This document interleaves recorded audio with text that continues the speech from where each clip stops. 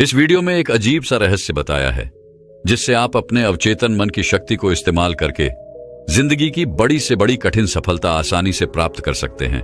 कैसे अपने अवचेतन मन की शक्ति को इस्तेमाल करना है, इसकी विधि क्या है, इस विषय पर हम आज एक अद्भुत कहानी आपको सुनाएंगे।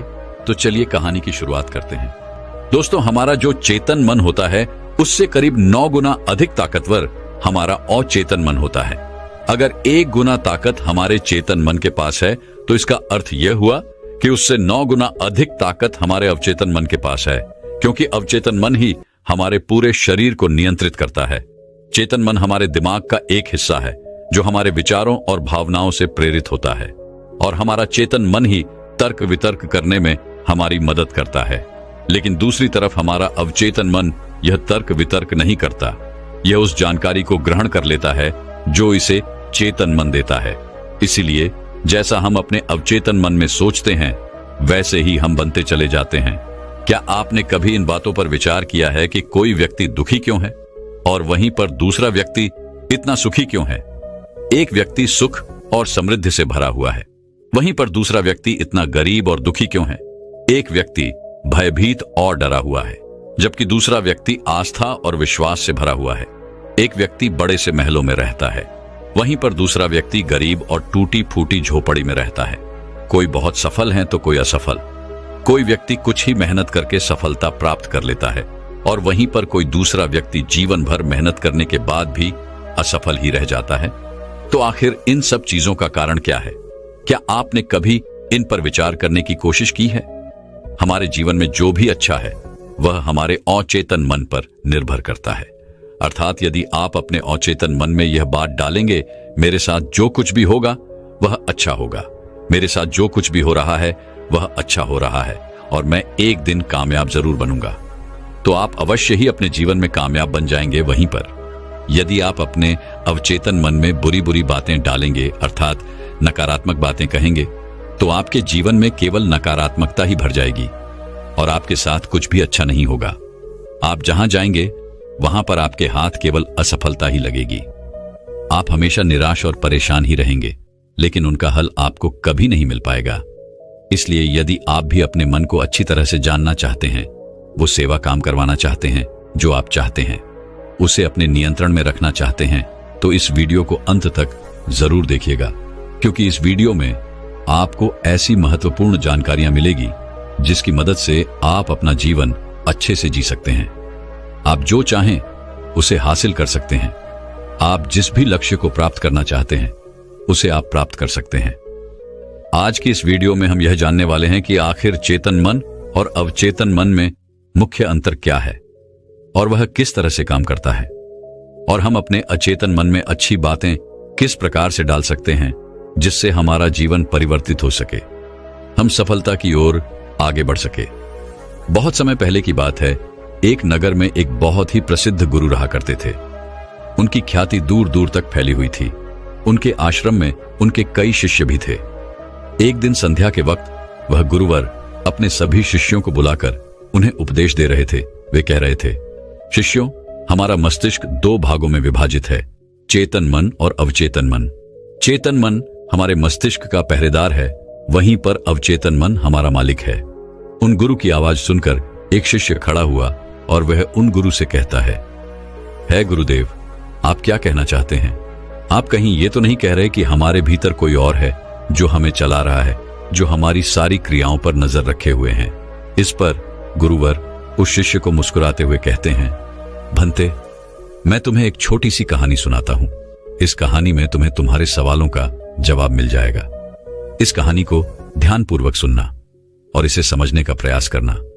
आगे गुरुवर कहानी बताते हुए कहते हैं, बहुत समय पहले की बात है। एक नगर में एक बहुत ही धनी सेठ रहा करता था और उसकी एक बड़ी सी हवेली भी थी। उसकी हवेली के द्वार पर हमेशा एक पहरेदार तैनात रहता था, और हवेली में जब भी कोई उपद्रव होता, कोई शोर शराबा होता या लड़ाई झगड़े होते, तो उसकी आवाज चारों ओर गूंजने लगती, और उस आवाज को सुनकर आसपास के पड़ोसी भी उस महल के पास आते और उस पहरेदार को खूब समझाने की कोशिश करते और कहते, देखो, तुम्हारी हवेली से बहुत सारी आवाजें आती हैं, लड़ाई झगड़े होते रहते हैं, जिससे हमारे घर की शांति भंग हो जाती है।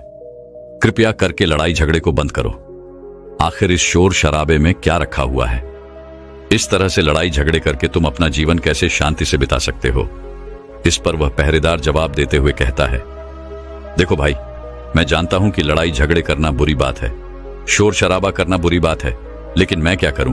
मैं भी इससे बहुत परेशान हूं। जो भी लड़ाइयां होती हैं वह हवेली में होती है, इससे मेरी भी शांति भंग होती है। लेकिन आप मुझे क्यों समझा रहे हैं? इसका कारण मैं तो नहीं, इसका कारण तो मेरा मालिक है। आप उसे जाकर समझाइए। यह बात सुनकर पड़ोसी भी यह बात समझ जाता कि बात तो सही है। आखिर इसमें इस पहरेदार की क्या गलती है? यह तो केवल अपना काम कर रहा है। गलती तो मालिक ही है।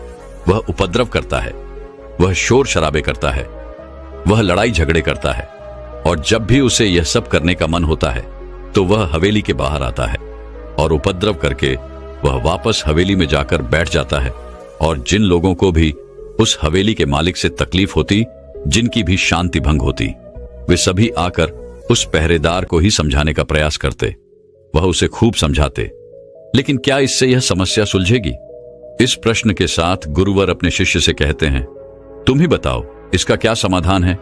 इस पर वे शिष्य गुरु के इस प्रश्न का जवाब देते हुए कहता है गुरुवर, जिन्हें भी उन हवेली के मालिक से तकलीफ है जो शोर शराबे करता है, लड़ाई झगड़े करता है और लोगों की शांति भंग कर देता है, उन सभी को उनसे बात करनी चाहिए, तभी तो इसका समाधान निकलेगा। भला पहरेदार की इसमें क्या गलती है? वह तो केवल अपना काम कर रहा है और वह उससे ज्यादा कर भी क्या सकता है? उसके हाथों में तो और कुछ भी नहीं। इस पर वह गुरुवर मुस्कुराते हुए अपने उस शिष्य से कहते हैं, भंते, ठीक इसी तरह से हमारा मन भी होता है। हमारा चेतन मन मनुष्य का पहरेदार होता है, और पहरेदार को यह अच्छी तरह से पता है कि क्रोध करना बुरी बात है, बुरे शब्दों का इस्तेमाल करना बुरी बात है, अश्लील ख्यालों में खोए रहना बुरी बात है। अर्थात हमारे चेतन मन को यह बात बहुत अच्छी तरह से पता है कि गुस्सा करना, आलस करना, काम वासना जैसे विचार गलत है। ये सभी विकार हमारे भीतर नकारात्मक विचार उत्पन्न करते हैं, जिससे हमारा विनाश होता है। लेकिन वह कर भी क्या सकता है? वह चीज उसके हाथों में है ही नहीं, क्योंकि वह चीज वह कर ही नहीं रहा। ये तो वह अंदर बैठा मालिक कर रहा है, अर्थात हमारा अवचेतन मन, जो हमसे कोई भी कार्य बहुत ही आसानी से करवा लेता है। और ये सभी बातें हम में से हर सभी अच्छी तरह से जानते हैं, और हमें ऐसा लगता भी है कि हम अच्छी तरह से समझ चुके हैं, जैसे कि वह पहरेदार समझता है। लेकिन वास्तविकता में तो इससे हमारे जीवन पर कोई भी बुनियादी फर्क नहीं पड़ता। आगे वह गुरु उस शिष्य से कहते हैं, भंते, तुमने भी अपने आप को कई बार यह समझाने की कोशिश की होगी कि मुझे सुबह सही समय पर उठना है, आश्रम की साफ सफाई करनी है, भिक्षा मांगने जाना है, और रात को आने के बाद मुझे ध्यान भी करना है। लेकिन क्या इससे कोई फर्क पड़ा?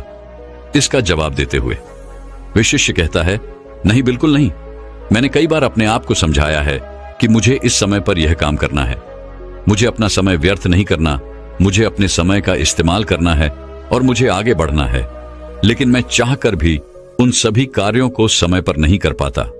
इस पर वह गुरुवर अपने उस शिष्य से कहते हैं, भंते, जब भी हम अपने आप को कुछ समझाने का प्रयास करते हैं तो हमें ऐसा लगता है कि अब हम समझ चुके हैं और अब हमसे कोई गलती नहीं होने वाली, और हम सोचते हैं कि अब हमारा जीवन बदल जाएगा, हम जो भी करेंगे अब वो सही होगा, अब तो हम जीवन में सफलता प्राप्त कर ही लेंगे।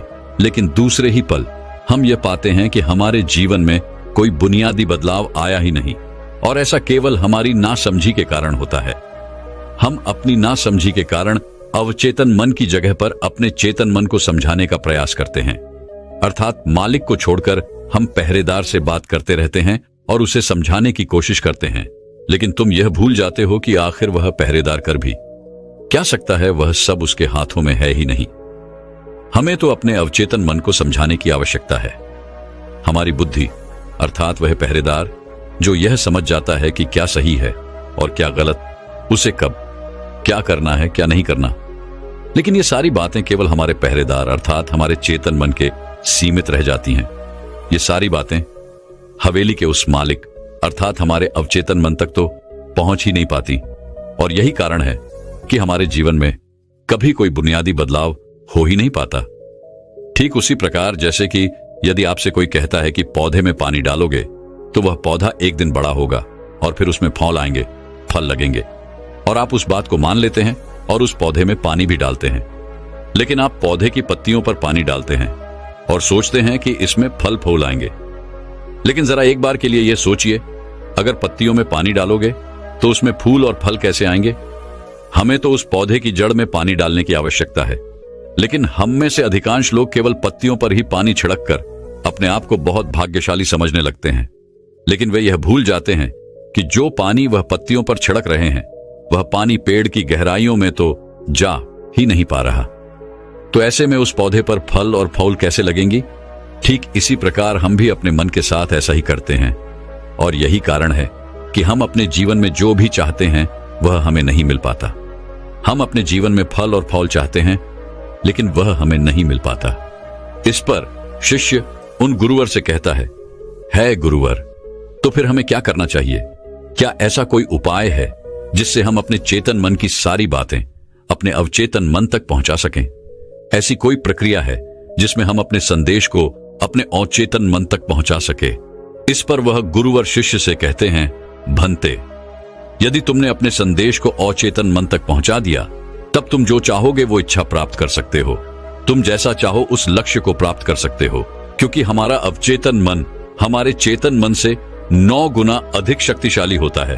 आपने कभी ना कभी यह देखा ही होगा कि एक मनोवैज्ञानिक जब किसी के मन के गुप्त राज को जानने की कोशिश करता है, तब वह मनोवैज्ञानिक जब उसके मन की बात को बाहर निकलवाना चाहता है, उसके अतीत में जो भी घटना घटी है उसमें साफ साफ रूप से प्रवेश करना चाहता है, तो इसके लिए वह हिप्नोटिज्म का उपयोग करते हैं। और आप में से अधिकांश लोगों ने इस प्रक्रिया को देखा ही होगा। इस प्रक्रिया का प्रयोग करके मन की सारी सूचनाएं अपने आप ही बाहर निकलती हैं। इस प्रकार किसी के भी मन को काबू में करके हम उससे जो चाहे वो कार्य करवा सकते हैं। हाँ, अब आपके मन में यह भी प्रश्न उठ रहा होगा कि शायद वो सभी हमारे अवचेतन मन की चाल को समझते हैं, वह इसे अच्छी तरह से जानते हैं कि उसे किस तरह से अपने काबू में किया जाता है। तो इसका जवाब बड़ा ही सीधा और सरल है, और इसका जवाब है हाँ, क्योंकि उन्होंने इसके ऊपर कई बार प्रयोग किया होता है और वह इसमें इतने निपुण हो जाते हैं कि वह किसी भी दूसरे मन पर अपना काबू कर सकते हैं। और अगर आप भी अपने अवचेतन मन की बात को समझते हैं, अपने मन की चाल को समझते हैं, तो आप भी अपने ही नहीं बल्कि किसी दूसरे के मन को भी वश में कर सकते हैं। आगे गुरुवर अपने उस शिष्य से कहते हैं, भंते, अपने अचेतन मन तक संदेश पहुंचाने के लिए आपको अपने चेतन मन को शांत करना होगा, उसे सुलाना होगा। और ऐसा इसलिए क्योंकि हमारा चेतन मन तर्क वितर्क करने में माहिर है। वो एक पहरेदार है, वो हमारी रक्षा के लिए हमेशा तैनात रहता है। इसलिए जब भी तुम अपना कोई संदेश उस चेतन मन तक पहुंचाने की कोशिश करोगे, तो वह तुमसे तर्क वितर्क जरूर करेगा और हमें अपनी बात अपने मालिक तक पहुंचाने की हमें इजाजत तक नहीं देगा। जब तक कि हम अपनी बात अपने चेतन मन को अच्छी तरह से समझा नहीं देते या उसे शांत नहीं कर देते, तब तक वह हमें उस हवेली में घुसने नहीं देगा, क्योंकि हमारी सामान्य बुद्धि अर्थात हमारा चेतन मन तर्क वितर्क करने में माहिर होता है। और यही कारण है कि हम में से अधिकांश लोग अपने अचेतन मन तक एक साफ और स्पष्ट संदेश पहुंचा ही नहीं पाते, और इसी कारण हम अपने अचेतन मन को भी अच्छी तरह से समझ नहीं पाते।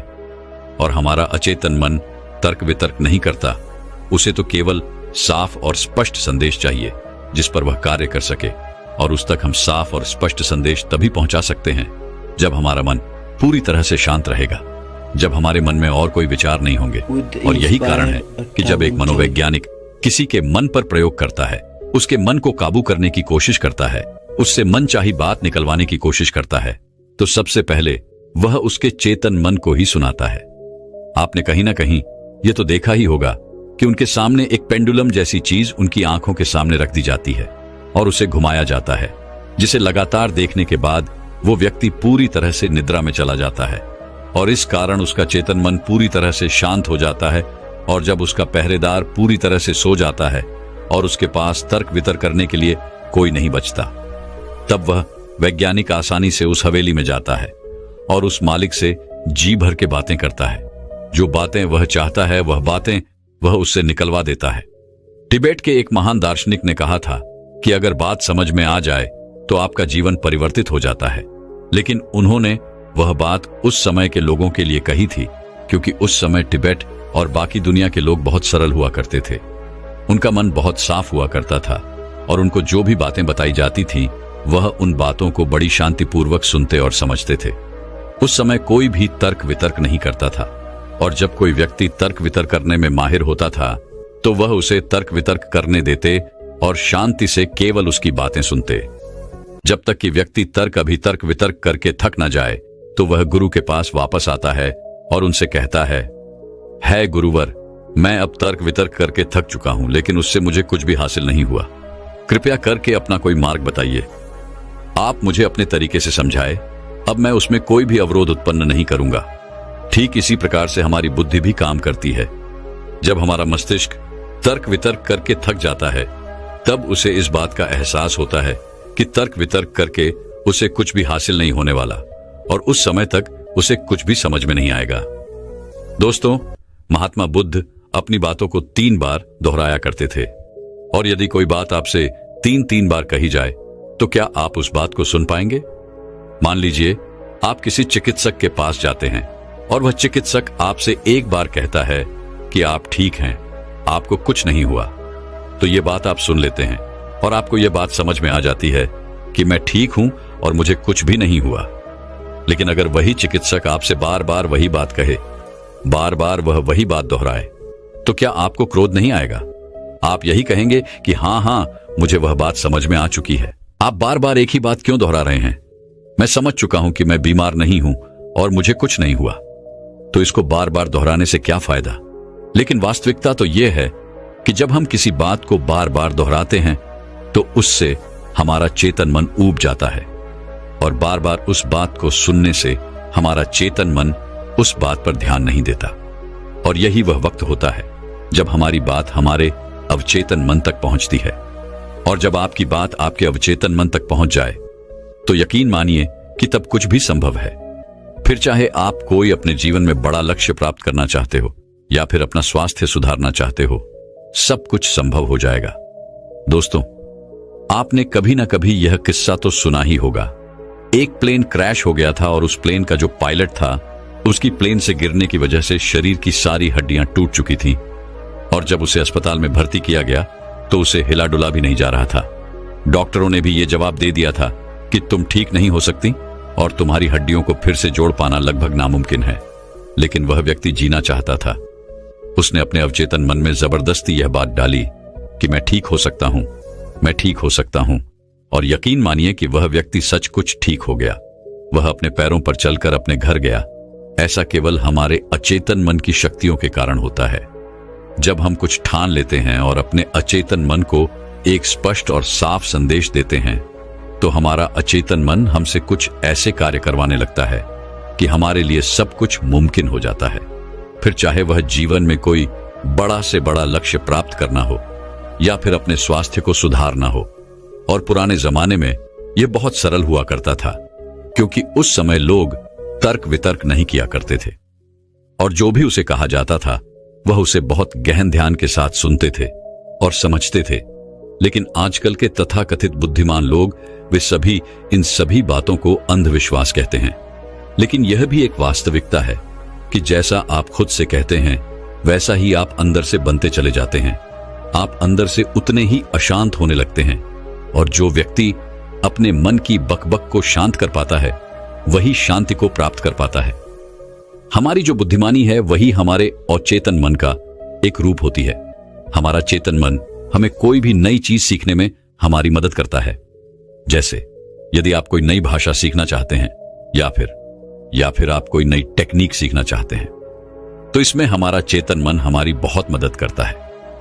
लेकिन जब बात आती है भावनाओं की, अर्थात क्रोध, कामना, आलस इत्यादि, जो कि हमारे अचेतन मन का हिस्सा होते हैं, उन्हें हमें सीखना नहीं पड़ता, वह तो हमारे अंदर पहले से ही मौजूद है। क्या आपने कभी एक पल के लिए यह सोचा है कि क्या आपने कभी क्रोध सीखा है? क्या आपने कभी काम वासना सीखी है? क्या आपने कभी आलस सीखा है? यदि आपको बचपन से ही किसी ऐसी जगह पर रखा जाए जहां पर कोई भी व्यक्ति ना हो, कोई भी इंसान ना हो, तब भी आपके भीतर ये सारे गुण आ ही जाएंगे, क्योंकि इसमें तो सिर्फ और सिर्फ हमारे अचेतन मन का ही काम है।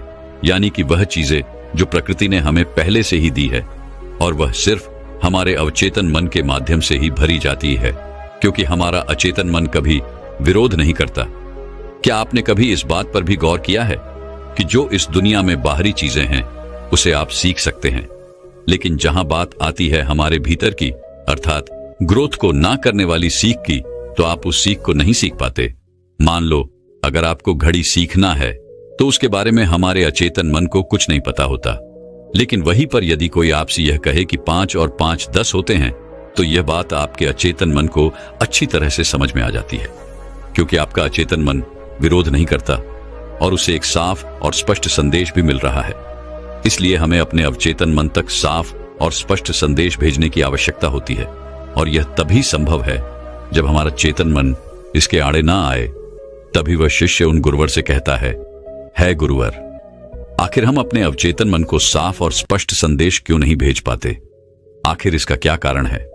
इसका जवाब देते हुए वे गुरु शिष्य से कहते हैं, भंते, इसका पहला कारण यह है कि जब भी हम अपने अवचेतन मन में कोई सूचना पहुंचाने की कोशिश करते हैं तो हमारा चेतन मन पहले उससे तर्क वितर्क करता है।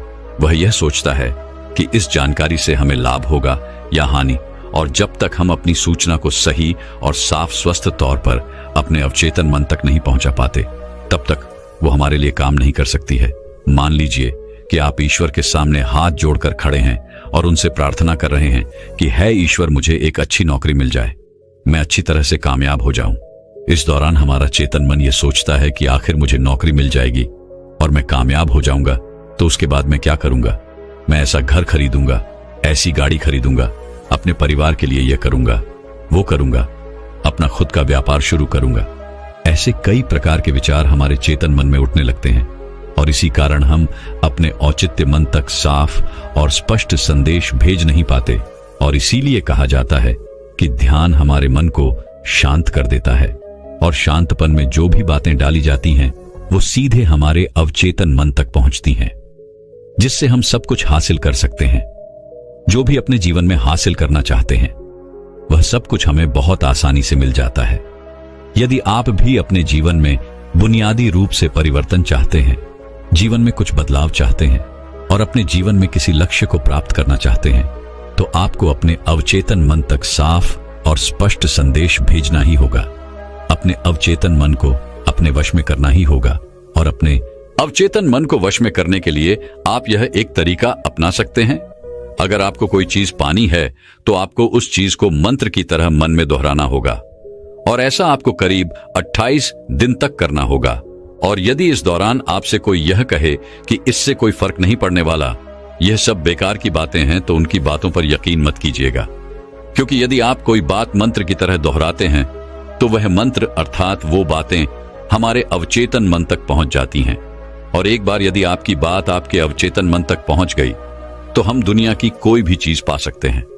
हम किसी भी बड़े से बड़े लक्ष्य को हासिल कर सकते हैं, और उसके लिए आपको बस इतना ही करना है।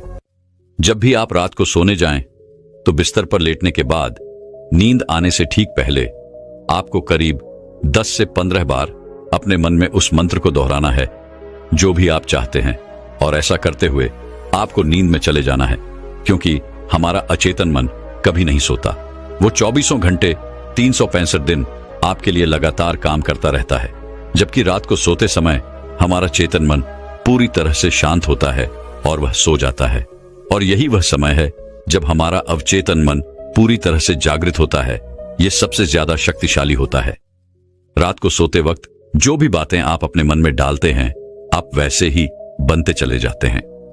कभी आपने इस बात पर गौर किया है कि जब भी आप रात को सोते वक्त कोई नकारात्मक बात या नकारात्मक जानकारी लेते हैं तो सुबह उठते ही आपको नकारात्मक विचार आते हैं, और वहीं पर यदि आप रात को सोते वक्त सकारात्मक जानकारी या सकारात्मक बातें करते हैं तो अगले दिन सुबह आप बहुत ज्यादा ताकतवर महसूस करते हैं।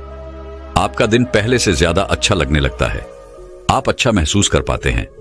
इसलिए रात को सोते वक्त कभी भी अपने आप से नकारात्मक बातें ना करें। हो सके तो हमेशा अपने आप से सकारात्मक बातें करें, या फिर आप चाहें तो इस प्रयोग को भी अपना सकते हैं और अपने जीवन में जो कुछ भी चाहे आप उसे पा सकते हैं, क्योंकि एक बार यदि आपका लक्ष्य आपके अवचेतन मन तक पहुंच गया तो उसे पाना बहुत आसान हो जाएगा, फिर वह चाहे कितना भी बड़ा क्यों ना हो। वह चाहे कितना भी कठिन क्यों ना हो, आप उसे हासिल कर ही लेंगे, आप उसमें कामयाबी पा ही लेंगे। इतना कहकर वह गुरुवर शांत हो गए और वह शिष्य भी यह समझ चुका था कि आखिर हमारे चेतन मन और अवचेतन मन में क्या अंतर होता है और किस प्रकार हम अपने लक्ष्य को प्राप्त कर सकते हैं। तो दर्शकों, चलिए अब सफलता पाने के ऊपर अगली रोचक कहानी की शुरुआत करते हैं। दोस्तों, जब हम यह सोचते हैं कि जो हुआ वह अच्छा नहीं हुआ, ऐसा नहीं होना चाहिए था, यदि मैं कोई तरकीब या कोई उपाय अपना लेता तो ऐसा नहीं होता, यदि मैंने किसी से सलाह ही ले ली होती या फिर खुद की सूझबूझ का इस्तेमाल किया होता तो आज मुझे यह परेशानियां नहीं उठानी पड़ती, मैं आज इस तरह से तकलीफों में नहीं रहता। इस प्रकार हम खुद को कोसने लगते हैं, खुद को दुखी करने लगते हैं। मैं आपको बता दूं कि इस तरह का पश्चाताप करने से आपको कोई लाभ नहीं होने वाला। आप चाहे कितने भी हाथ पैर मार लें, चाहे आप लाखों कोशिशें कर लें, लेकिन आप अपने अतीत को बदल नहीं सकते, क्योंकि इस तरह के विचार केवल चिंता पैदा करते हैं। लेकिन यही चिंता अर्थात यही पश्चाताप हमारे लिए बहुत लाभदायक भी साबित हो सकता है। अब आप में से कई लोग यह सोच रहे होंगे कि भला जो बीत गया, यदि हम उस पर सोच विचार कर रहे हैं तो यह हमारे लिए कैसे लाभदायक हो सकता है। हम तो पहले ही मुसीबत में हैं, हम तो पहले से ही तकलीफ में हैं, तो ऐसे में यह हमारे लिए कैसे फायदेमंद हो सकता है। दोस्तों, अगर आप उन गलतियों से सीख लेकर खुद को बदलने का प्रयास करें तो आप अपना आने वाला भविष्य खुद ही बदल सकते हैं, उसे संभाल सकते हैं। अगर अतीत की गलतियों से सीख लेकर खुद को बदलने का प्रयास किया जाए तो सही मायने में वही पश्चाताप कम होता है। आज की जो बौद्ध कहानी मैं आपको सुनाने जा रहा हूं, इस कहानी के माध्यम से मैं आपको कुछ ऐसे तरीके बताने वाला हूं जिन तरीकों को अपनाकर आप अपने जीवन में इस प्रकार के पश्चाताप से बच सकते हैं। आप अपनी अतीत की गलतियों को भुलाकर आप अपने आप को वे एक नया इंसान बन सकते हैं। जो लोग खुद पर संदेह करते हैं, जो अपने ही विचारों में उलझे रहते हैं, जिन्हें उनकी अतीत की गलतियां परेशान करती रहती हैं, उनके लिए यह एक वरदान साबित हो सकता है। एक समय की बात है, एक नगर में एक युवक रहता था जो अपने कर्मों से बहुत परेशान था। उसने 30 साल कड़ी मेहनत की, लेकिन उसके बाद भी उसे अपने कर्मों का फल नहीं मिला, जिस कारण वह अंदर से बहुत निराश हो चुका था। वह अंदर से पूरी तरह से टूट चुका था, जिस कारण उसने संन्यास ग्रहण कर लिया। उसने सोचा कि मैं अपने संसारी जीवन में तो कुछ न कर सका, लेकिन मैं अपने सन्यासी जीवन में अवश्य कुछ न कुछ प्राप्त करके ही रहूंगा। मैं सत्य की खोज किसी भी कीमत पर करके ही रहूंगा। देखते ही देखते करीब 5 वर्ष बीत गए, लेकिन अब तक उसका अपने मन पर कोई नियंत्रण नहीं था। जब भी वह भिक्षा मांगने किसी नगर में जाता और वहां पर यदि उसकी नजर किसी सुंदर स्त्री पर पड़ जाती तो उसके मन में कामुक विचार उठने लगते थे, और जब भी वह शांत होता और अकेले कहीं पर बैठता तो उसे खुद पर क्रोध आता, उसे खुद पर पश्चाताप होता, और तब वह यह सोचता कि आखिर मैं सन्यासी क्यों बन गया जब मैं अपने मन पर नियंत्रण ही नहीं पा सकता। तो मेरे इस सन्यासी जीवन का क्या फायदा? इससे तो अच्छा होता कि मैं किसी अच्छी और सुंदर स्त्री से विवाह कर लेता, पैसे कमाता और अपना घर परिवार संभालता। हो सकता था कि मेरे अपने बच्चे भी होते, लेकिन मैं भी कितना बेवकूफ हूं।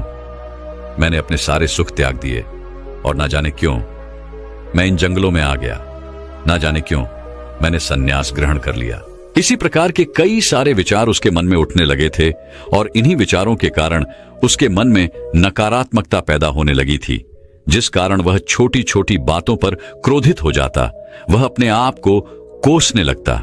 जब भी वह किसी सफल सन्यासी को देखता तो उसके मन में जलन पैदा होने लगती, और वह उन्हें नीचा दिखाने के लिए हर मुमकिन प्रयास भी करता। इसी प्रकार के कई तरह तरह के विचार उसे परेशान करने लगे थे, और अब वह और भी ज्यादा चिंतित रहने लगा था। उसने खाना पीना पूरी तरह से छोड़ दिया था। एक दिन रात्रि के वक्त वह आश्रम के बाहर बैठकर रो रहा था, और रोते रोते उसने यह तय किया कि वह अपना जीवन समाप्त कर देगा। यह सोचकर वह आश्रम से निकल पड़ा और एक पहाड़ की चोटी पर जाकर खड़ा हो गया।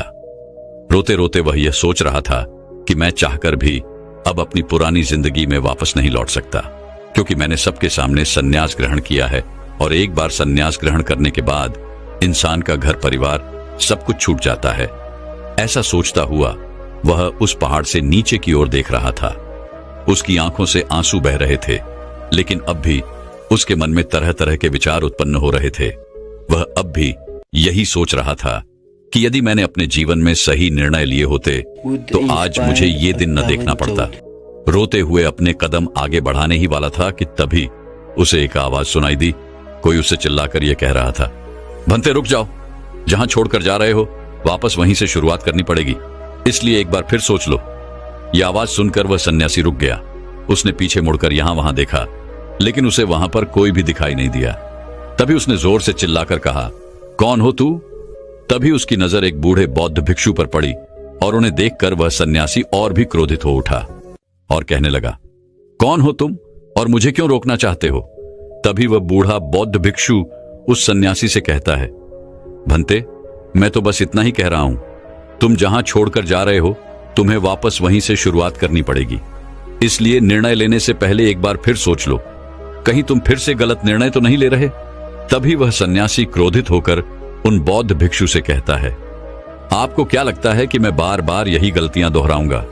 मैं मानता हूं कि मैंने अनजाने में गलतियां की है और इसका मतलब यह नहीं कि बार बार मैं यही गलतियां दोहराते रहूंगा। मैंने अपनी गलतियों से बहुत बड़ी सीख ली है, लेकिन अब मैं उन गलतियों को ठीक नहीं कर सकता। अब मैं उन्हें बदल नहीं सकता, इसलिए मैंने बहुत सोच समझकर यह फैसला लिया है। उस सन्यासी की यह बात सुनकर वह बूढ़ा बौद्ध भिक्षु जोर जोर से हंसने लगा और उस सन्यासी से कहता है, भंते, अतीत की गलतियां कोई नहीं सुधार सकता, क्योंकि बीता हुआ समय कभी लौटकर नहीं आने वाला। हाँ, वे लोग मूर्ख होते हैं जो यह कहते हैं कि वे लोग अतीत को बदल सकते हैं। उनसे बड़ा अज्ञानी इस दुनिया में दूसरा और कोई नहीं हो सकता, क्योंकि जब तुम समय को वापस नहीं मोड़ सकते तो तुम अपनी अतीत की गलतियों को भला कैसे बदल सकते हो? लेकिन जो लोग समझदार हैं, जो लोग ज्ञानी हैं, वे लोग यह बात बहुत अच्छी तरह से जानते हैं कि जीवन में गलतियां करना कितना जरूरी होता है। गलतियों के कारण ही तो हम सीख पाते हैं, अपनी गलतियों से समझ पाते हैं और अपने भविष्य को बेहतर बना पाते हैं। आगे वह बूढ़ा बौद्ध भिक्षु उस सन्यासी से कहता है, भंते, जब तक तुम्हें खुद की कमियों का ही पता नहीं होगा तब तक तुम अपने आप को बेहतर कैसे बना सकते हो? और हमारी कमियां तो सिर्फ हमारी गलतियों से ही पता चलती हैं। आगे वह बूढ़ा बहुत भिक्षु उस सन्यासी से कहता है, बहती है, हर माता पिता अपने बच्चों को बड़े ही लाड़ प्यार से पालते हैं। वह उन पर कभी कोई आंच नहीं आने देना चाहते। वह यह नहीं चाहते कि उनका बेटा कभी कोई गलतियां करे और उसे कोई तकलीफ हो, लेकिन वह यह भूल जाते हैं कि जीवन एक युद्ध का मैदान है जहां हम खुद अपनी गलतियों से सीखते हैं और एक योद्धा बनते हैं। और जो यह सोचता है कि वह अपने जीवन में कभी कोई गलती ही नहीं करेगा, तो इसका अर्थ यह हुआ कि वह कभी भी जीवन के इस रण क्षेत्र में हिस्सा ही नहीं लेना चाहता। और जो कोई भी इस युद्ध में हिस्सा नहीं लेता, वह अपने जीवन में कभी कुछ नया नहीं कर पाता, ना ही वह अपने जीवन में कुछ सीख पाता है। वह तो केवल वही करता है जो उसे सिखाया गया है। और जो व्यक्ति इस युद्ध भूमि में हिस्सा लेता है, वह यह अच्छी तरह से जानता है कि उसे कई बार गिरना होगा, कई बार संभलना होगा, लेकिन उसे रुकना नहीं है, बल्कि उसे चलते रहना है, क्योंकि जीवन चलते रहने का नाम है। इस पर वह सन्यासी और भी क्रोधित हो उठता है और बौद्ध भिक्षु से कहता है, आखिर तुम कहना क्या चाहते हो? तुम इस तरह से मेरा समय व्यर्थ कर रहे हो। जो भी कहना है जल्दी कहो, अन्यथा अच्छा नहीं होगा। तभी वह बूढ़ा बौद्ध भिक्षु एक बार फिर मुस्कुराने लगा और उस सन्यासी से कहता है, भंते, आज मैं तुम्हें जीवन के ऐसे 5 तरीके बताने वाला हूं जिनका पालन करके तुम अपने अतीत की गलतियों को अपनी ताकत में बदल सकते हो। आगे वह बौद्ध भिक्षु उस सन्यासी से पूछते हैं, भंते, क्या तुम जानना चाहोगे कि वो 5 तरीके कौन से हैं? यदि तुम जानना चाहते हो तो इसके लिए तुम्हें भी मुझे एक वचन देना होगा। तभी वह सन्यासी कहता है, कैसा वचन? तभी वह बूढ़ा बौद्ध भिक्षु बड़े ही प्रेम से उस सन्यासी से कहता है, बस इतना ही कि तुम अपने मन से आत्महत्या का ख्याल निकाल दोगे। सिर्फ तभी मैं तुम्हें यह 5 बातें बताऊंगा, अन्यथा तुम अपने फैसले पर अटल रह सकते हो। लेकिन याद रखना कि जो गलतियां तुमने पहले दोहराई हैं, हो सकता है कि इस बार भी तुम वही गलती कर रहे हो। इतना कहकर वह बूढ़ा बौद्ध भिक्षु शांत हो गया और वह सन्यासी कुछ देर के लिए सोच विचार में पड़ गया। वह यह नहीं समझ रहा था कि वह क्या करे। यदि वह आत्महत्या करता है तो उसे वह 5 बातें नहीं पता चल पाएंगी, और यदि वह 5 बातें जानने के लिए जाता है तो उसे आत्महत्या का ख्याल मन से निकालना पड़ेगा। वह सन्यासी असमंजस में पड़ गया, लेकिन काफी देर सोच विचार करने के बाद आखिरकार उसने उस बूढ़े बौद्ध भिक्षु की बात मान ली और वह उन बूढ़े बौद्ध भिक्षु के पास पहुंचा और कहने लगा, कहिए आप क्या कहना चाहते हैं। तभी वह बूढ़ा बौद्ध भिक्षु उस सन्यासी से पहली बात बताते हुए कहता है, भंते, सबसे पहले तो तुम यह जान लो कि अतीत में जो भी तुमसे गलतियां हुई है वह किसके कारण हुई, उसके पीछे का क्या कारण था, क्योंकि कोई भी गलती करने के पीछे कुछ मुख्य कारण अवश्य होते हैं। तुम्हें सबसे पहले उन कारणों को पहचानना होगा। वह कारण या तो कोई मजबूरी हो सकते हैं या कोई इंसान हो सकता है जिसके कारण तुमने वो सारी गलतियां की, या फिर हो सकता है कि तुमने वो गलतियां केवल अपने स्वार्थ के लिए की हो। तुम्हें उन कारणों को पहचानना होगा। यदि तुम्हें किसी से धोखा मिला तो क्यों मिला? क्या तुमने कभी इसके ऊपर विचार किया है? क्योंकि शायद तुमने उस पर हद से ज्यादा विश्वास किया होगा। एक बार यदि तुमने उस कारण को पकड़ लिया और उसे जान लिया तो तुम यह समझ पाओगे कि तुमने कहां कमी रह गई, तुमने कहां पर गलती की, और एक बार यदि तुम अपनी गलती को समझ जाओगे तो तुम उसे सुधार भी सकते हो ताकि वैसी गलती भविष्य में तुमसे दोबारा ना घटे। आगे वह बूढ़ा बौद्ध भिक्षु उस सन्यासी से कहता है, गलतियां हमें दुख नहीं देती। दुख हमें तब होता है जब हम अपनी गलतियों को बार बार दोहराते हैं, जब हमें इस बात का एहसास होता है कि शायद हम अपनी गलती को अब सुधार नहीं सकते और शायद हमारे भीतर अब उतना आत्मबल नहीं बचा कि हम उन गलतियों से सीखकर उन्हें सुधार सकें। जब हमें खुद पर संदेह होने लगता है, खुद पर संशय होने लगता है, तब हमें पीड़ा होती है। किंतु एक बार, केवल एक बार यदि तुम यह समझ जाओ कि गलती करके जब हम उससे सीख लेते हैं और उस गलती को सुधारने का हर मुमकिन प्रयास करते हैं तो हमारे भीतर एक विश्वास जाग उठता है और फिर हमें कभी कोई दुख नहीं परेशान करता। इसलिए हमें किसी भी गलती के पीछे का कारण जानना बहुत आवश्यक होता है, और इसके लिए तुम चाहो तो खाली बैठकर चिंतन कर सकते हो। यह इतना मुश्किल भी नहीं है। एक बार अगर उस गलती के पीछे की वजह तुम्हें समझ में आ जाए तब दूसरा तरीका काम आता है। जब हम गलती के पीछे की वजह को जान जाते हैं, उसे समझ जाते हैं, तो उसके बाद हमें खुद से एक सवाल करना चाहिए, और वह सवाल यह है कि गलती करने से पहले हम कैसे इंसान थे, और यह गलती करने के बाद हमारे अंदर क्या परिवर्तन हुआ है।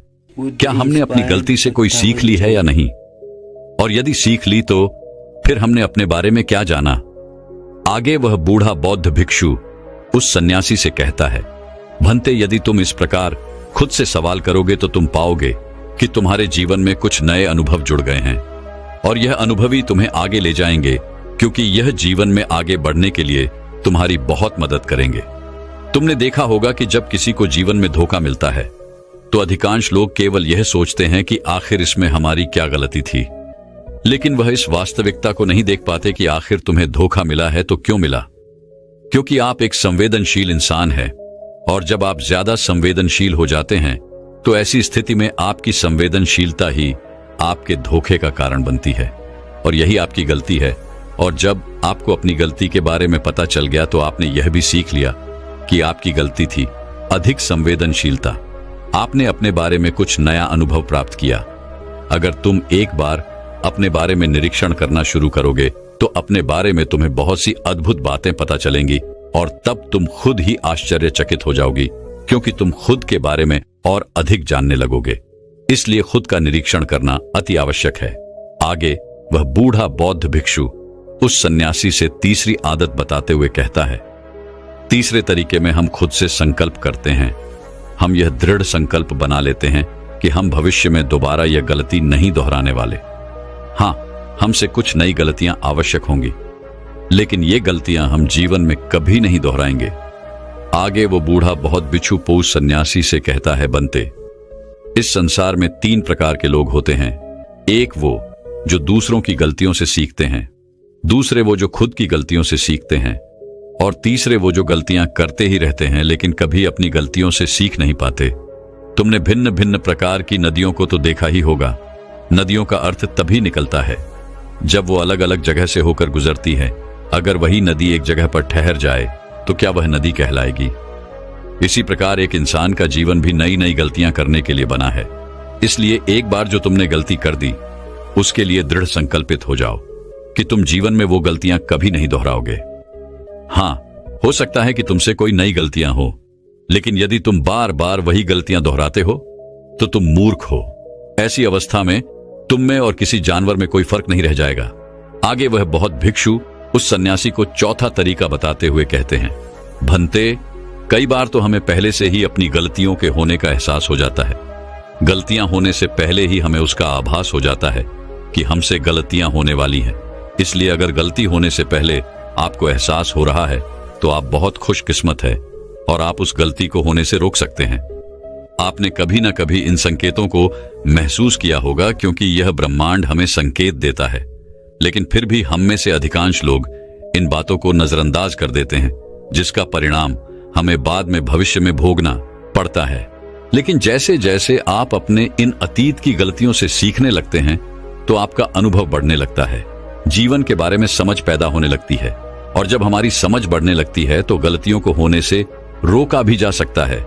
इसलिए बुद्धिमानी का इस्तेमाल करें, चिंतन करिए कि आप जो भी काम करने जा रहे हैं आखिर उसका परिणाम क्या हो सकता है। कहीं वह काम कोई गलती तो नहीं कहलाएगा। इसी तरह से एक मनुष्य जीवन के परिपक्वों में बांटा जाता है और इसी से आपका विकास होता है, और हम सभी को इस राह से होकर गुजरना ही पड़ता है, अन्यथा हमारा जीवन वहीं पर ठहर जाएगा। हम कभी भी आगे नहीं बढ़ पाएंगे। यदि आप अपने जीवन में आगे बढ़ना चाहते हैं, किस लक्ष्य को प्राप्त करना चाहते हैं, तो आपको इस कार्य प्रणाली को अपनाना ही होगा, इसे समझना ही होगा। आगे वह बूढ़ा बौद्ध भिक्षु उस सन्यासी को आखिरी आदत बताते हुए कहते हैं, भंते, आखिरी और सबसे महत्वपूर्ण सीख, अगर तुम अपने अनुभव से एक इंसान बन चुके हो तो अब तुम दूसरों के लिए मार्गदर्शन का काम कर सकते हो। तुम दूसरों की राह में दीपक बनकर उन्हें रोशनी दिखा सकते हो, उन्हें उनकी राह पर आगे बढ़ा सकते हो, क्योंकि हम वैसे ही बन जाते हैं जैसा कि हम सोचते हैं। और जब आप खुद को बेहतर बनाने का प्रयास करेंगे तो आप देखते ही देखते बेहतर बनते चले जाएंगे, और ये प्रकृति भी आपका साथ देगी, आपकी सहायता करेगी। ब्रह्मांड आपको खुद ब खुद रास्ता दिखाएगा और तब आप मानव जाति का कल्याण करने के कार्य में लग जाते हैं। तब वह शास्त्रों में सबसे सर्वश्रेष्ठ कार्य माना जाता है। इससे श्रेष्ठ कार्य तो और कोई हो ही नहीं सकता। जो व्यक्ति समस्त जीव जंतुओं और मानव जाति के कल्याण के बारे में सोचता है, ऐसे लोग परमात्मा हो जाते हैं। ऐसे व्यक्तियों के मन में प्रेम, करुणा, दया जैसे अनेक भाव उत्पन्न होने लगते हैं, और परमात्मा करुणा और प्रेम का ही दूसरा नाम है। इतना कहकर वह बूढ़ा बौद्ध भिक्षु शांत हो गया, और उस सन्यासी को भी अपनी गलती का एहसास हो गया। अब उसकी आंखों में खुशी की आंसू थे। वह उन बौद्ध भिक्षु के चरणों में जा गिरा और उन बूढ़े बौद्ध भिक्षु से कहता है गुरुवर, ऐसा निर्मल और जीवन का सार्थक ज्ञान पाकर मैं धन्य हो गया। आपने जो कुछ भी मुझसे कहा है उसे मैं अपने जीवन में जरूर अपनाऊंगा, और मैं भी अपने जीवन को सार्थक बनाकर दिखाऊंगा। इतना कहकर उसने उन बौद्ध भिक्षु को प्रणाम किया और वापस अपने आश्रम लौट गया। दोस्तों, मैं उम्मीद करता हूं कि यह कहानी सुनने से आपके जीवन में अच्छे बदलाव आए होंगे। आपको इस वीडियो से क्या सीखने मिला, ये कमेंट करके जरूर बताएं, और अपने परिवार, दोस्तों या आपके करीबी इंसान के साथ ये कहानी शेयर करके उन्हें भी इस ज्ञान से परिचित करवाएं। बाकी अगर आपको यह वीडियो दिल से अच्छी लगी हो तभी इस वीडियो को लाइक कर देना, और आपने अब तक इस चैनल को सब्सक्राइब न किया हो तो चैनल को सब्सक्राइब भी जरूर कर देना। आपका हर दिन शुभ हो और खुशियों से आपका जीवन भरा रहे। धन्यवाद। नमो बुद्धाय।